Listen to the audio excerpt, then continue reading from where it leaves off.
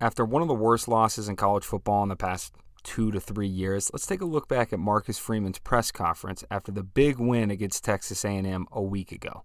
You get 12 guaranteed opportunities. So it isn't like you prepare a certain way for week one because it's Texas A&M and you don't prepare the next week for, I don't even know who we play next week. I'll figure it out. Well, you were playing Northern Illinois. Now, what's more concerning is how the head football coach can't remember who they're playing next week.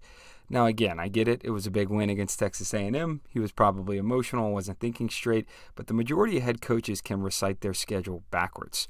Now, unfortunately for me, I've been a Notre Dame fan a number of years, and so I've actually seen a lot of strange comments Marcus Freeman has made, just like this one right after the Northern Illinois game. Maybe in the third quarter, you guys had to use a defensive timeout.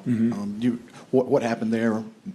I can't even remember, John. I know we did. I don't know if it was personnel. We were in the wrong personnel at the time, or maybe a call that we didn't like. I just can't remember exactly why I called it. But I know it was something that we didn't like defensively. How can you not remember why you called a timeout in the third quarter of a game that you were losing to Northern Illinois? And it's similar to a comment that he made after the Ohio State game a year ago. Film shows that on that last play, there were only 10 people on the field. Just curious what happened. Yeah, we were trying to get a fourth D lineman on the field, and I told him just stay off because we can't afford a penalty. I didn't have any timeouts, right? So we couldn't afford a penalty there. And yeah, it's on us. We got to be better.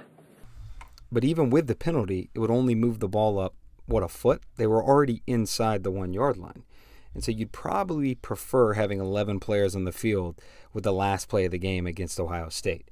And again, I like Marcus Freeman. I don't think, he needs to be this unbelievable coach when it comes to game awareness or some brainiac like Sean McVay remembering every play over the past 10 years of coaching. Look at that. Week 12, Saints at Rams.